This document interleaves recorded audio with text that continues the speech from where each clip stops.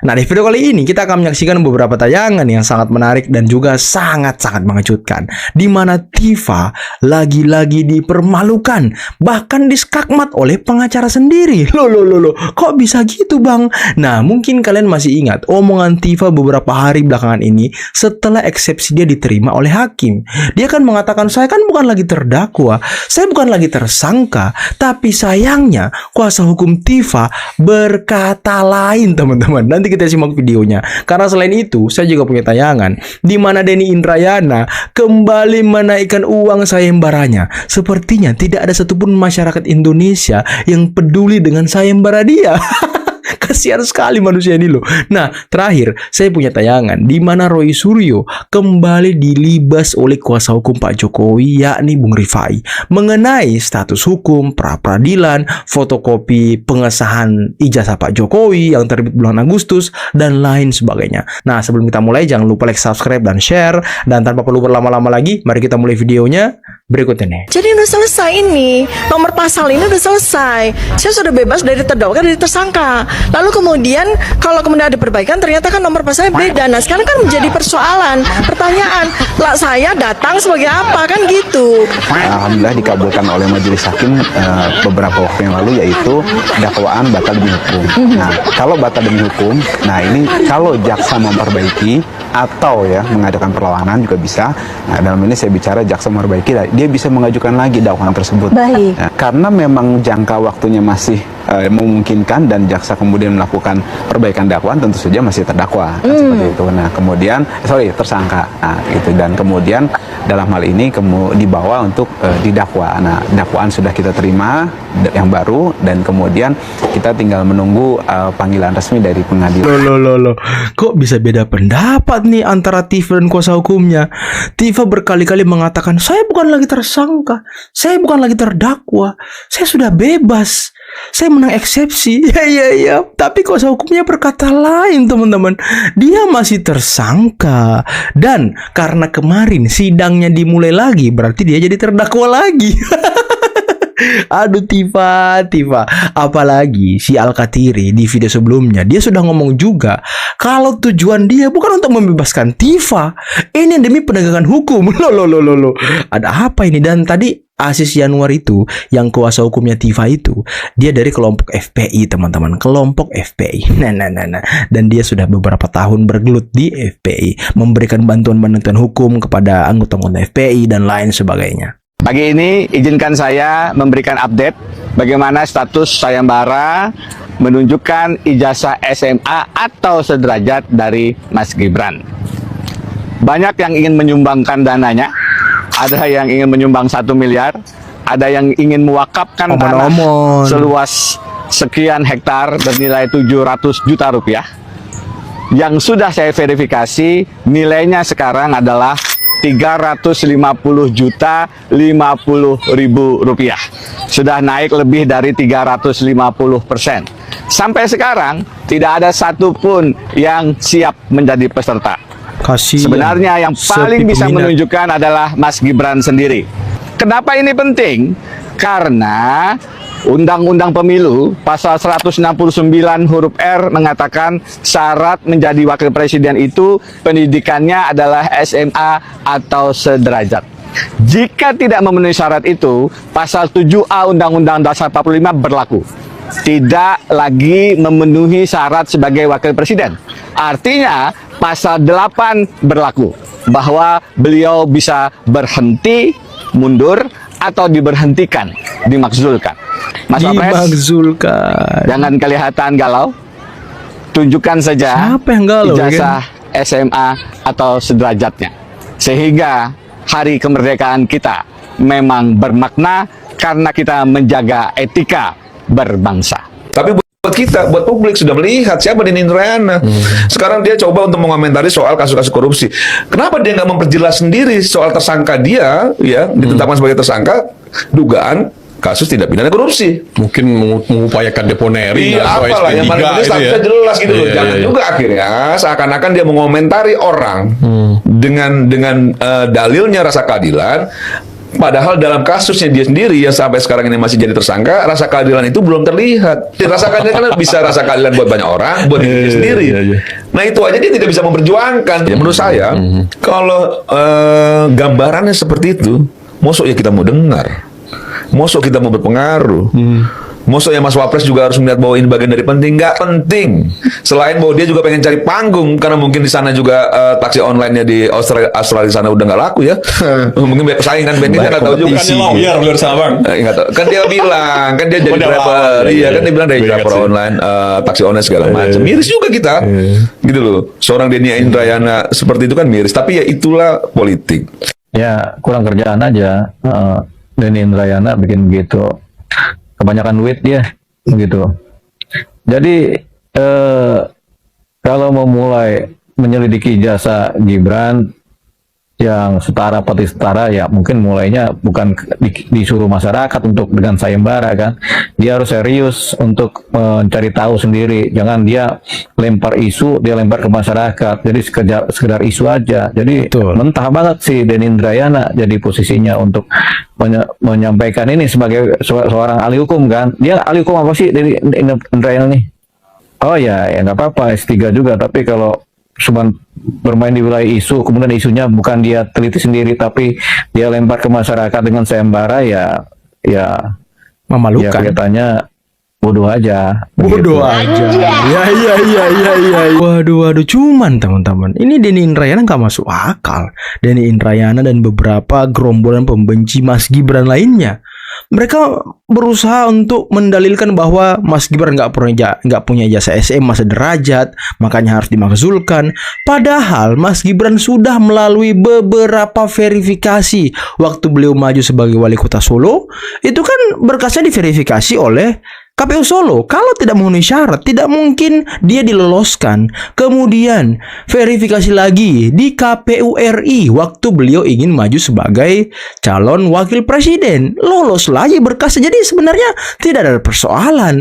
Dalam artian Mas Gibran punya penyetaraan ijazah SMA sederajat, yang dimana beliau waktu itu lulus dari Singapura, ya kan? Dan ini tak perlu diperdebatkan sebenarnya teman-teman. Kalau Anda mau memajukan ataupun memenangkan jagoan Anda untuk menggantikan Mas Gibran, mungkin ya udah tunggu bertarung lagi 2029. Jangan minta Mas Gibran turun.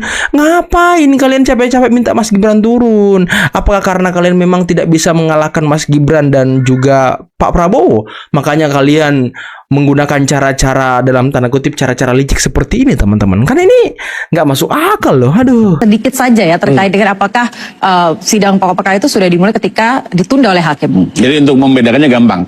Untuk perkara Paroy sampai hari ini perkara pokok perkaranya belum dibuka oleh hakim. Nah, betul. Belum dibuka, artinya ya memang belum dimulai gitu ya. Artinya memang pra peradilan itu menunda pemeriksaan pokok perkara. Tapi di perkaranya Ibu Tifa yang kenyataannya apa, pokok perkaranya dibuka. Nah, bahwa tadi ditunda kenapa? Karena Ibu Tifa salah satunya tidak hadir. Ya, kalau dalam bahasa saya itu mangkir. Kenapa? Tapi katanya mangkir. Karena dalam perkara pidana itu beliau harus hadir. Tapi kalau di pra peradilan dia sudah diwakilkan. Ini perbedaannya ya. Dalam perkara pidana kalau beliau bilang saya hadir di pra peradilan, menurut saya nggak tepat karena di pra peradilan bisa diwakilkan oleh kuasa. Tapi di perkara pokok beliau harus hadir. Karena tidak hadir akhirnya tadi tertunda. Jadi kembali lagi saya melihat hakim tetap melanjutkan persidangan ya. Dan kalau di Padang kan sama sekali nggak pernah dibuka. Jadi saya melihat ada perbedaan cara pandang dan mudah-mudahan ini akan berlaku ke depan ya, sehingga cerita pra peradilan ini sudah bisa berhenti dan kita masuk ke pokok perkara. Karena juga saya pikir masyarakat juga menginginkan kok perkara ini disaksikan bersama ya, pokok perkara seperti apa, ingin juga menjerang dengan penjelasan Pak Jokowi dan segala macam. Ketika ingin memperlihatkan kepada masyarakat hasil penelitian Anda terkait dengan ijazah ini. Iya, jadi Anda akan tetap akan melihatkan bukti-bukti itu. Iya. Sekarang gini, sebenarnya sidang pokok perkaranya ini sudah kenapa kami melakukan pra peradilan? Karena kami itu ingin melihat bahwa bukti-bukti yang nanti akan dihadirkan itu tidak mungkin dihadirkan pada saat pokok perkara kok. Sidang pokok perkara itu, Mbak ya jangan lupa, itu hanya mendakwakan soal fitnah dan pencemaran nama baik. Jangan dibayangkan di sidang ada ahli yang bisa menerangkan, oh nanti ini dengan Karena pasalnya di awal saja sudah salah Lah, gitu ya. iya makanya. Terus apalagi misalnya ada yang kemudian tidak sabar dengan mengatakan saya akan wah itu segera melakukan bukti-bukti gini. Wah sementara di sini ada buto yang di belakang. Ayo saya akan 1000 lilin. Udah nanti pokoknya tunggu saja yang namanya pra-peradilan itu terus berjalan. Karena dunia hukum ini juga akan belajar. Truk, kamu tuh sabar saja, Truk. Saya bilang Truk ya, nanti siapa ya. Itu. Oke, jadi Anda sangat yakin bahwa Anda tidak akan memunculkan bukti-bukti itu di pengadilan karena pasalnya saja sudah salah. Iya, jadi jangan diharapkan. Jadi gini, Mbak ya. Pokok perkara itu hasilnya Di bukan dalam kalau ijazah ini nanti pada sidang lain, misalnya nanti sidang di Petun, sidang Di dalam pembuktian CLS, yang seperti gitu. dibayangkan. Apa pendapat Anda, Bang? Ya, bahwa di dalam pembuktian di dalam sidang itu yang menjadi motor untuk dalam beracara di dalam persidangan itu adalah hakim. Nah, itu. Kalau hakim meminta untuk bisa dijelaskan secara detail, katakanlah ijazah tersebut dari puslap misalkan, ya tetap detail. Jadi kalau Mas Roy bilang, nggak mungkin ditampil, bisa saja. Karena itu kekuasaan kehakiman. Fitnah Artinya dan haknya pencemaran hakim baik. untuk Bersih itu. meneliti Fitnah dan itu. Kalau terkait dengan fitnah dan pencemaran nama baik itu ada kemungkinan tetap menurut Orang Anda ya? objeknya ijazah kok. Objeknya Tidak ijazah, tetap hadir, akan ditampilkan. Tidak ada fitnah kalau ijazah itu dinyatakan asli. Kan Instruksi begitu. saya. Seperti itu. Mas Adedaman sudah baca belum dakwaannya? Sudah lihat belum 712 alat buktinya itu alat bukti apa? Ya, nggak ada pembuktian yang soal ijazah itu nggak ada. Hanya Kita lihat teman-teman nanti. kesaksian Kita orang-orang lihat itu. nanti, Mas Roy. Karena Mas Roy kalau tidak memang nanti kalau memang tidak misalkan nanti diperlihatkan tidak juga tidak ada puslapnya. penampilan terkait dengan bukti-bukti yang Anda bawa, apakah Anda kehilangan kesempatan untuk menunjukkan? Bukan, orang mau membuktikan ijazah ini masih banyak forumnya, makanya jangan kemudian nganggap sidang itu hanya di pokok perkara di Jakarta Timur ini. Tidak. Maka hadirlah ketika sidang di CLS waktu itu yang akhirnya sayangnya di NO. Itu malah sudah jelas, itu malah ijazahnya. Waktu itu ada nih ijazah asli yang ditampilkan milik almarhum Bambang Nuriarto ini. Itu sudah jelas nih ijazah asli dan ijazah 99,9% palsu. Masih ada lagi nanti yang di Petun. Misalnya lihat yang melakukan lagi. Masih banyak. Semuanya harus beda datang. tanggal loh. Jangan hanya lihat pada sidang yang hanya fitnah dan pencemaran baik. Nggak ada, dan dari Tapi kalau Pak Jokowi datang kemudian membawa ijazahnya seperti apa? Mas? Ijazahnya sudah di tangan jaksa kok. Apalagi ijazahnya apalagi mau dibawa? Malah ada legalisasi dan ijazah SMP baru. maksudnya Mas Roy. Legalisasi ijazah baru yang baru dilegalisir kemarin Agustus 2025. Loh, aneh. Ijazahnya katanya sudah disita ini Juli 2025. Lah kok ada legalisir baru? Itu mau buat apa? Ya itu kan konon. Interupsi boleh saya Kan jelasin? itu akan digunakan untuk nanti kalau ada ijazah Oke, aslinya. silakan Bang Rifai. Legalisir aja. Jadi saya Gitu pastikan lah. di persidangan nanti, tadi disinggung sedikit karena ada pasal fitnah, maka mau tidak mau terkait keaslian ijazah ini akan dibuktikan secara komprehensif. Kenapa? Pak Jokowi akan hadir, termasuk seluruh teman SMA dan teman kuliahnya akan menjelaskan perkuliahan yang dijalani, termasuk sama-sama menyaksikan Pak Jokowi menerima ijazah saat wisuda. Ya, termasuk nanti juga para dosen akan bersaksi, rektor, dekan, dan seluruh dokumen perkuliahan akan dikeluarkan. Jadi nanti akan diuji. Kenapa? Karena dengan aslinya ijazah ini, maka delik fitnah terbukti. Sebaliknya, kalau ijazah ini tidak benar, maka delik fitnah tidak terbukti. Jadi, yang dibilang tidak akan ada pembuktian, justru buat saya di sini akan seterang-terangnya dan masuk ke dalam pembuktian material. Dan masyarakat bisa langsung menyaksikan, melihat langsung dari dua versi ya. Kita buktikan. Versi yang dihadirkan oleh jaksa, versi yang dihadirkan oleh tim pengacaranya Pak Roy, dan nanti biar hakim menilai untuk mengambil sebuah keputusan. Jadi sekali lagi menurut saya, dan tadi yang soal tadi legalisir itu juga sebenarnya semakin menguatkan ya. Kenapa? Itu justru dilakukan oleh pihak kepolisian. Jadi pada saat polisi sudah menyita dari Pak Jokowi, dia bawa ke pihak UGM menanyakan, ini ijazah produkmu atau bukan? UGM secara formal menyatakan betul setelah memeriksa, mengamati itu produk kami. Dari segala ciri-ciri fisik termasuk ada security sistemnya, dan akhirnya diminta untuk bagaimana cara mengesahkan bahwa itu produk Anda, dibuatlah legalisir di bulan Agustus setelah penyitaan. Dan itu sah, dan itu boleh. Jadi justru legalisir yang tadi dibahas itu membuktikan bahwa penyidik secara objektif telah mendatangi pihak UGM memastikan ijazah yang disita dari Pak Jokowi ini benar produknya atau tidak. Dan hasil legalisir membuktikan bahwa itu sah dikeluarkan oleh UGM. Kenapa tidak bisa begitu, Mas? Karena waktu saya dan kemudian ada Mas Gafur juga, ya ada Bang Refli juga di Kejaksaan. Waktu itu saya waktu itu tanya, mana ijazah yang asli yang katanya disita? wah itu nanti Pak Presidennya nggak bisa.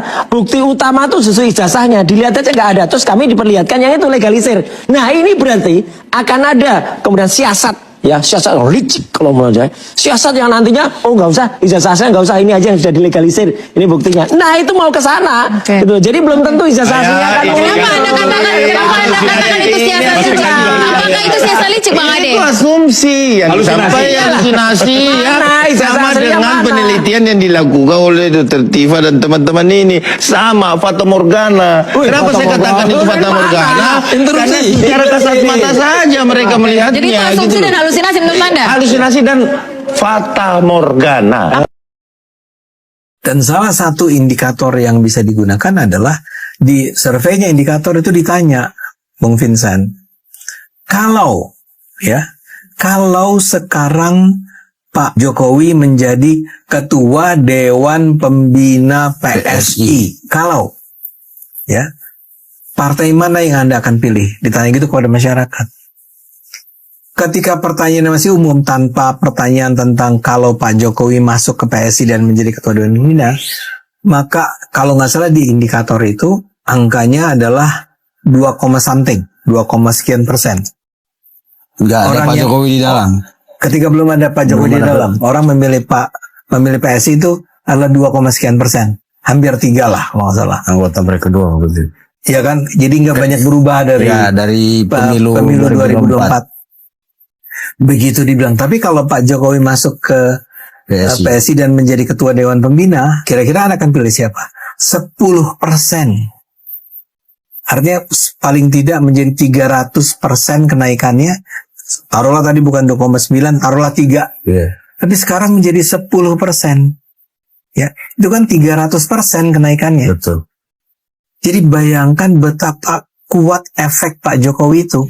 Oke teman-teman, itulah tadi beberapa video yang bisa kita simak, yang bisa kita saksikan pada kesempatan kali ini, dan luar biasa ya bagaimana penjelasan dari bukan Prof Firmanto tapi Bung Rifai, salah satu kuasa hukum dari Pak Jokowi, yang menghantam habis-habisan argumentasi demi argumentasi yang terus dilontarkan oleh Roy Suryo mengenai pra-peradilan dan juga beberapa isu lainnya, utamanya mengenai kan yang sekarang ini yang digoreng-goreng oleh mereka ini terkait dengan adanya fotokopi legalisir ijazah Pak Jokowi yang terbit pada Agustus 2025. Padahal sebelum itu ijazah Pak Jokowi kan sudah disita. Nah sekarang mereka mulai memframing nih bahwa wah ini nggak benar nih, kok bisa-bisanya Pak Jokowi melakukan verifikasi, melakukan cap kepada fotokopi ijazahnya lah.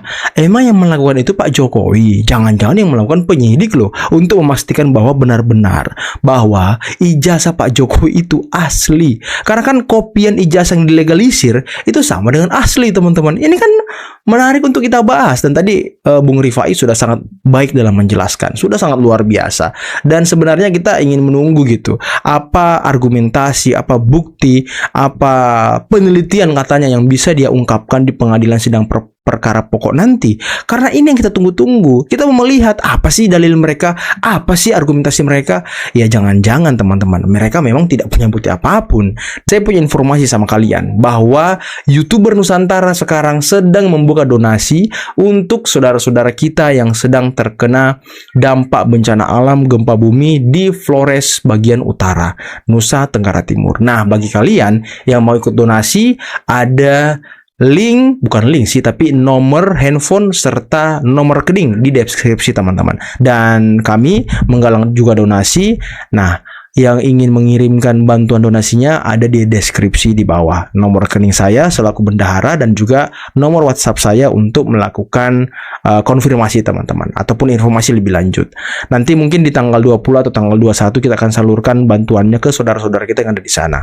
Entah itu melalui jaringan relawan Pak Jokowi, entah itu melalui pokoknya nantilah kita pikirkan itu. Yang penting kita kumpul dulu donasinya agar bisa meringankan beban saudara-saudara kita. Karena mau bagaimanapun NTT adalah saudara kita, bagian dari Indonesia. NTT harus bangkit segera. NTT tidak pernah sendirian. Oke teman-teman, mungkin cukup sekian dulu video kali ini. Jangan lupa like, subscribe, dan share videonya. Akhir kata, billahi taufiq wal hidayah. Assalamualaikum warahmatullahi wabarakatuh. Bye-bye.